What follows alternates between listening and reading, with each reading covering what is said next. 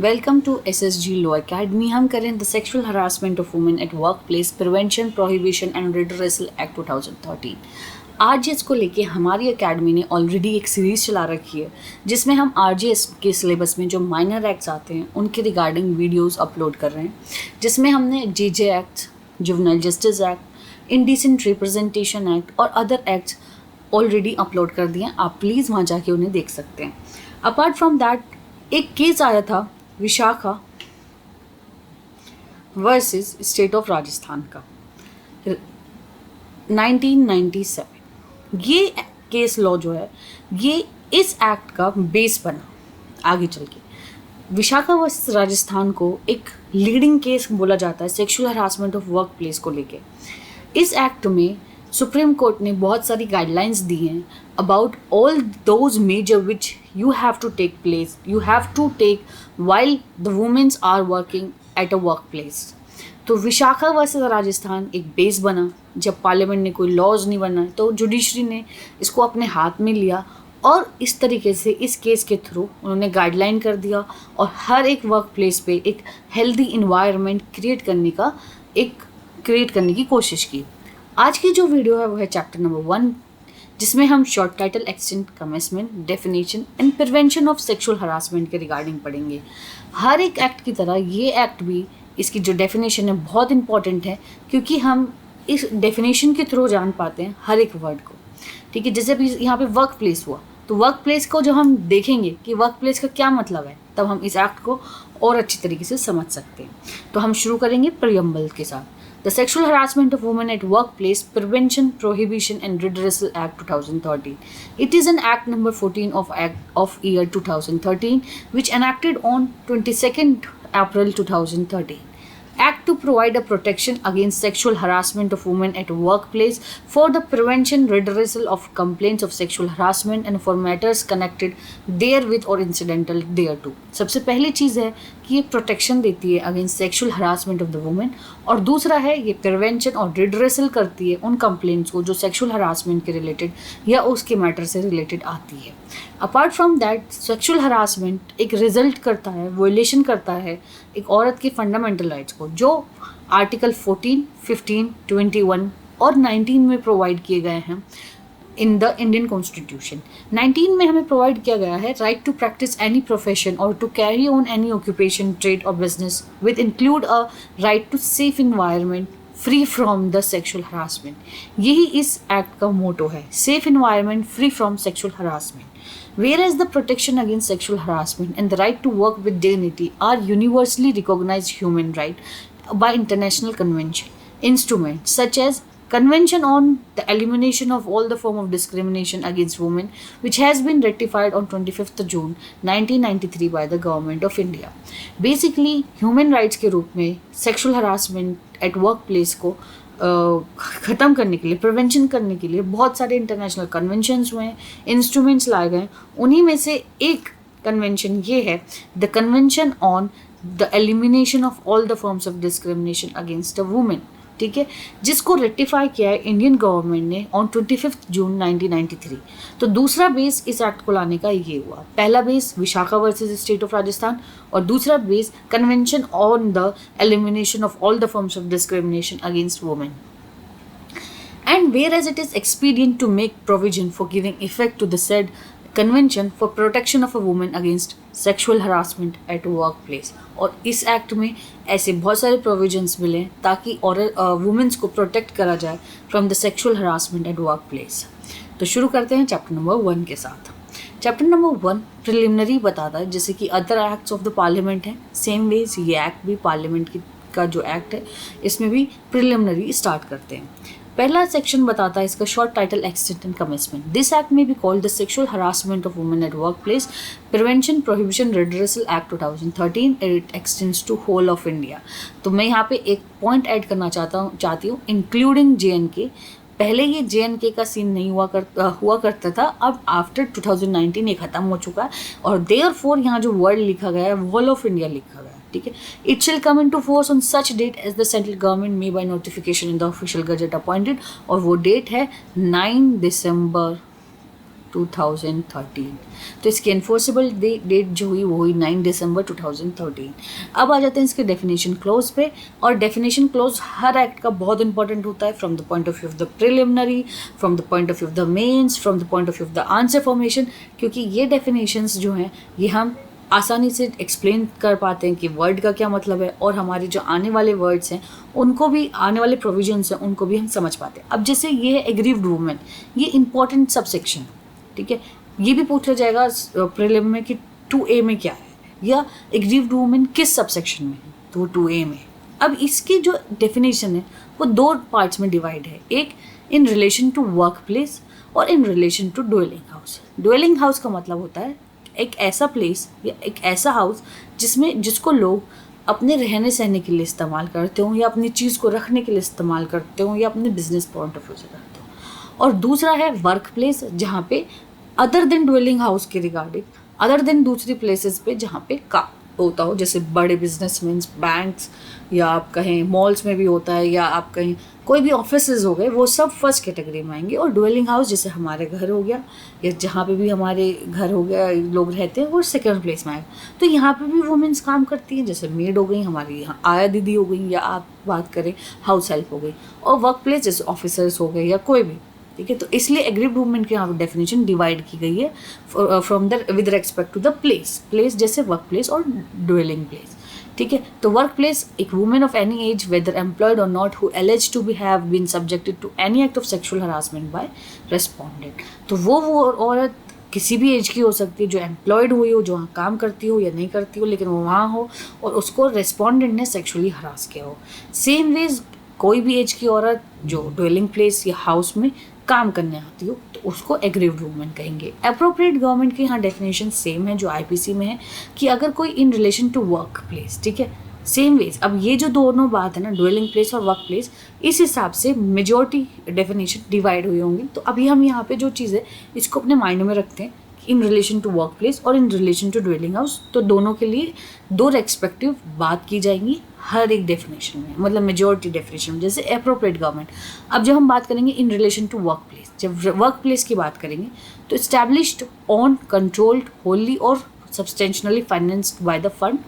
अगर central government ने करा है तो सेंट्रल गवर्नमेंट होगी, या यूटी है, यूनियन टेरिटरी है, तो भी सेंट्रल गवर्नमेंट होगी, और अगर स्टेट गवर्नमेंट ने किया है तो स्टेट गवर्नमेंट होगी, ठीक है। अब बात हुई in relation to work place not covered under नाम, मतलब दैट इज ड्वेलिंग हाउस में करने वाले, तो किसी भी टेरिटरी में होगा तो वो कौन होगी, स्टेट गवर्नमेंट होगी। Sub section number C, chairperson वो होगा जो 7(1) में अपॉइंट किया जाएगा लोकल कंप्लेंट कमेटी के लिए, जो नॉमिनेटेड होते हैं। डिस्ट्रिक्ट ऑफिसर, कोई भी ऑफिसर जो नोटिफाई हो सेक्शन नंबर 5 में।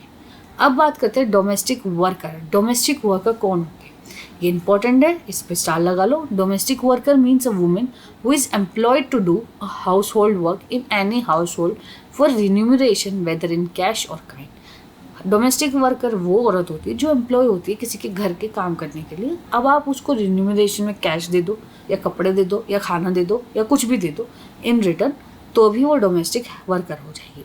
either directly or through an agency or any temporary, permanent, part-time, full-time basis, but does not include any member of the family of the employer, ठीक है।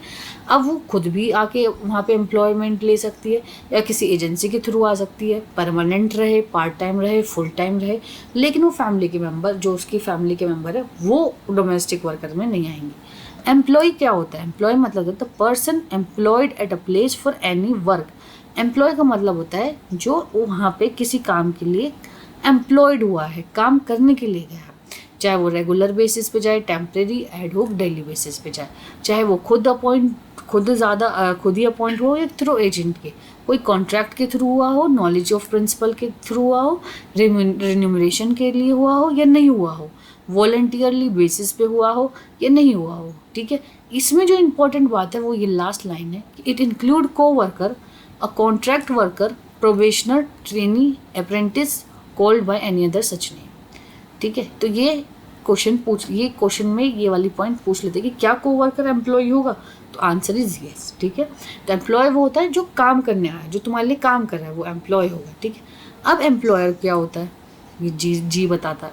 in relation to department, organization, undertaking, establishment, enterprises, institution, office, branch, unit of appropriate government, local authority, head of, इन सब का जो head होगा वो, अगर ये इन सब का ब्रांच ऑफिस है तो ब्रांच ऑफिसर, ठीक है, या एज द केस में भी अब फॉलोइंग, अब कुछ और कैटेगरी, अगर work place not covered under इतना, मतलब ये गवर्नमेंट के बता दिए, गवर्नमेंट में नहीं हो रहा, तो कोई भी पर्सन जो मैनेजमेंट, सुपरविजन और कंट्रोल करने के लिए लाइबल हो। मैनेजमेंट का मतलब है जो पर्सन या बोर्ड या कमेटी रिस्पॉन्सिबल है फॉर्मुलेशन या एडमिनिस्ट्रेशन ऑफ पॉलिसीज को करने के लिए, या in relation to work place covered under, इन दोनों में नहीं कवर हो रही हैं, तो वो जो डिस्चार्ज करती हो कॉन्ट्रैक्चुअल ऑब्लिगेशन, जिसके साथ आपके कॉन्ट्रैक्ट बना है काम करने के लिए, तो जो कॉन्ट्रैक्चुअल ऑब्लिगेशन को डिस्चार्ज कर रहा है ना, वो एम्प्लॉय हो जाएगा, ठीक है।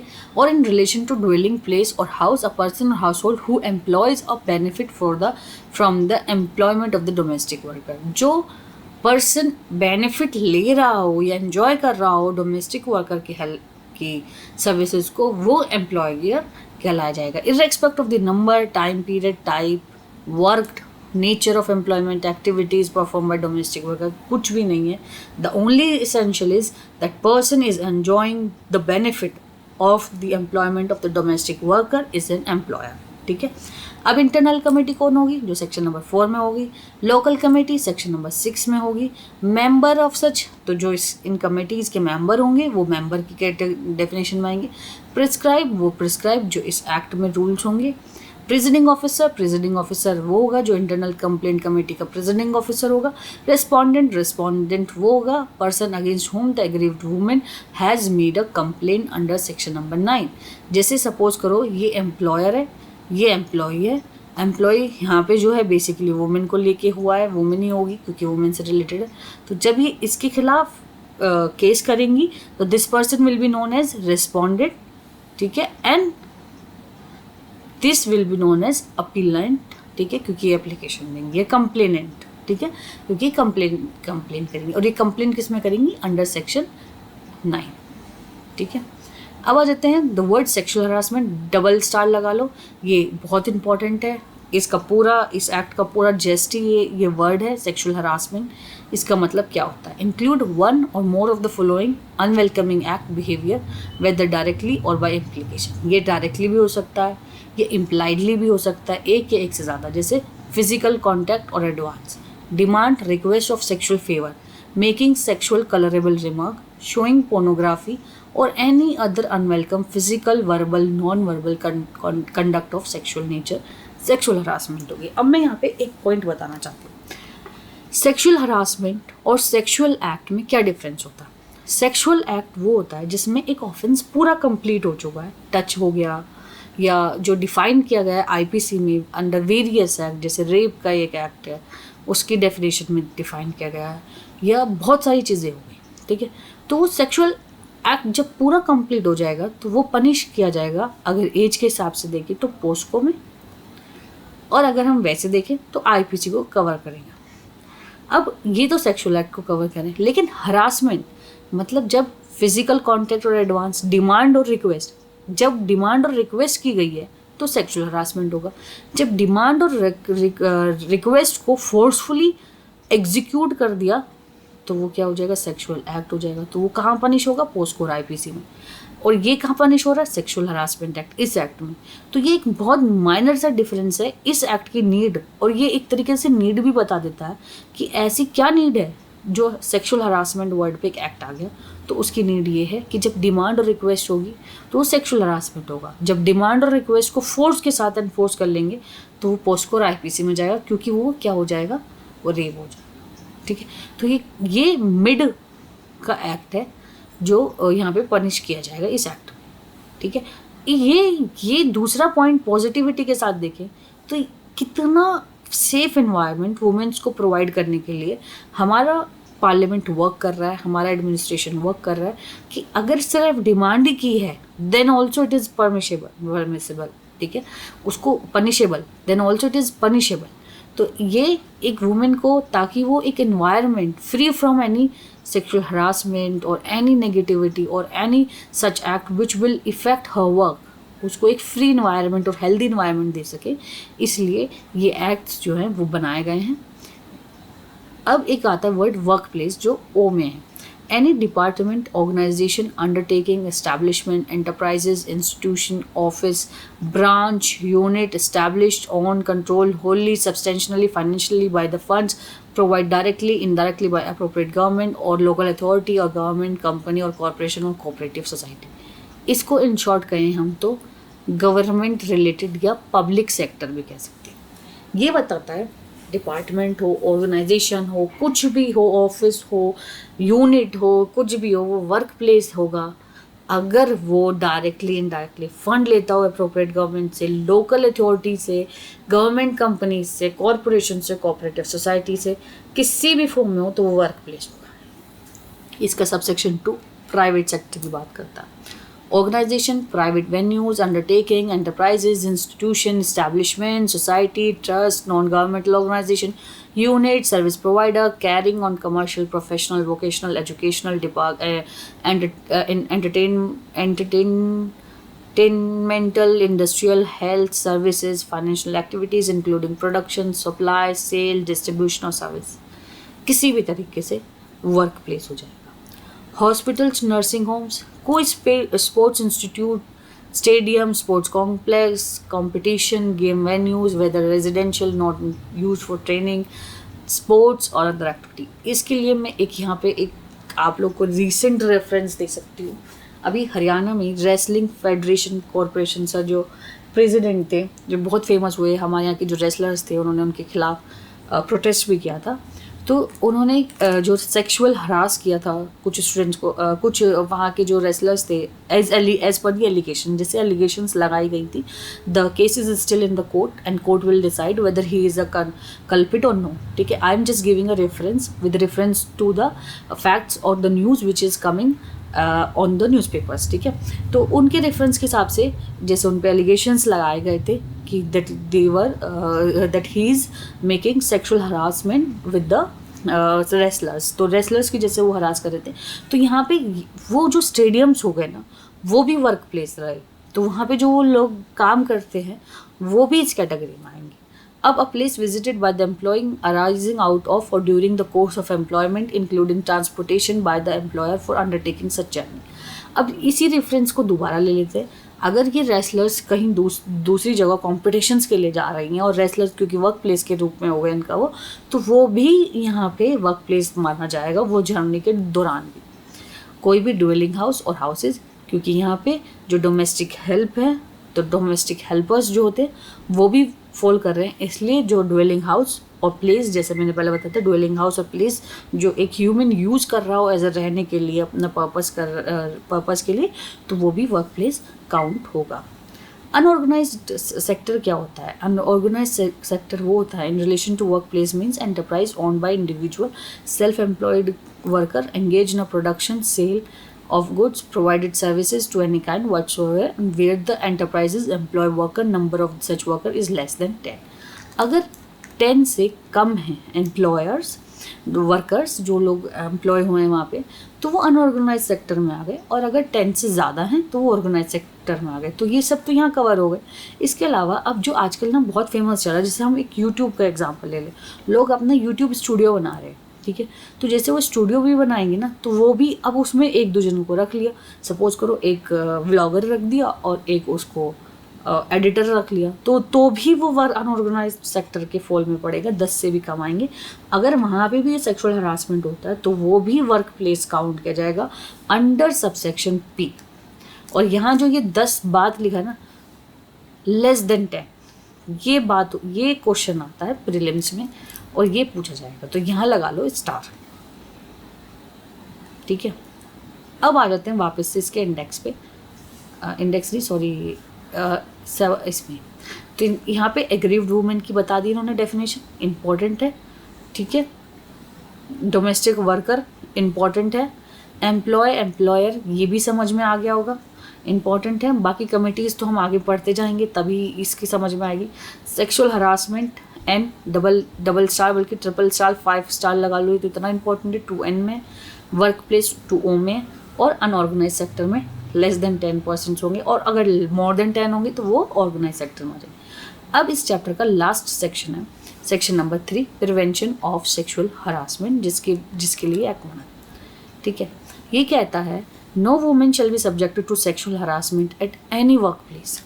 ठीक है, द फॉलोइंग, ये सीधा इसने बात कर दी कि कोई भी वुमेन जो है शेल का मतलब है mandatory, shall be punished subjected to sexual harassment at any workplace. ठीक है, अब following circumstances and among other circumstances if it occurs or present in relation to or connected with any act or behavior of sexual harassment may amount to sexual harassment. ठीक है, अभी following circumstances ऐसे हैं जो अगर इनसे related कुछ भी चीज़ होगा तो वो अमाउंट किया जाएगा सेक्सुअल हरासमेंट के रूप में, जैसे implied, explicit promise of preferential treatment in her employment. ठीक है, अब क्या हुआ, सपोज करो जो हेड है वो एक इम्प्लाइडली या एक्सप्रेसली बोल दे कि मैं तुमको प्रेफर कर दूंगा ओवर अदर टीम मेंबर्स, तो ये बात भी क्या हो जाएगी, ये वाली सर्कमस्टेंसेस भी अराइज होगी और ये सेक्सुअल हरासमेंट की कैटेगरी में आएगा।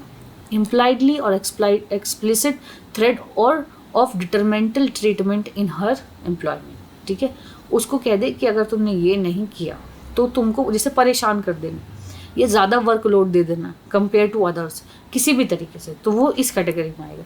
एम्प्लाइड और explicit threat about her present और फ्यूचर एम्प्लॉयमेंट स्टेटस, जैसे कह दे कि किसी का काम और कोई वुमेन आई और उसको परमानेंट ही नहीं होने दे रहे, या उसको फ्यूचर उसको यही नहीं पता कि कल उसको रखेंगे कि नहीं, उसको कह देंगे कि तुम्हारा काम आगे नहीं चल पाएगा। इंटरफ्रेंस विद हर वर्क और क्रिएटिंग एन इंटीमिडिंग और ऑफेंसिव और हॉस्टिलिक वर्क एनवायरनमेंट फॉर हर, उसको बार बार इंटरफेयर करना, प्राइवेसी नहीं देना, उसको काम नहीं करने देना, उसको बार बार ऑफिस में बुलाना, चैम्बर में बुलाना, ये इंटरफ्रेंस क्रिएट करना, तो भी सेक्सुअल हरासमेंट माना जाएगा। Humiliating treatment likely to affect her health और सेफ्टी, और कोई उसको ऐसे ह्यूमिलेटेट कर देना जो उसकी हेल्थ या सेफ्टी को इफेक्ट करे, जैसे सबके बीच में खड़े होकर उसकी बेइज्जती कर देना क्योंकि she is not favouring you, तो ये माना जाएगा कि आप उससे फेवर मांग रहे हो, है ना, एक्सप्रेसली या इम्प्लाइडली, तो ये भी सेक्सुअल हरासमेंट माना जाएगा। इन सर्कमस्टेंसेज में भी ये प्रज्यूम किया जाएगा that you are asking for sexual favour, sexual harassing है, तो ये सब चीज़ें सेक्सुअल हरासमेंट की कैटेगरी में आएगी। Thank you.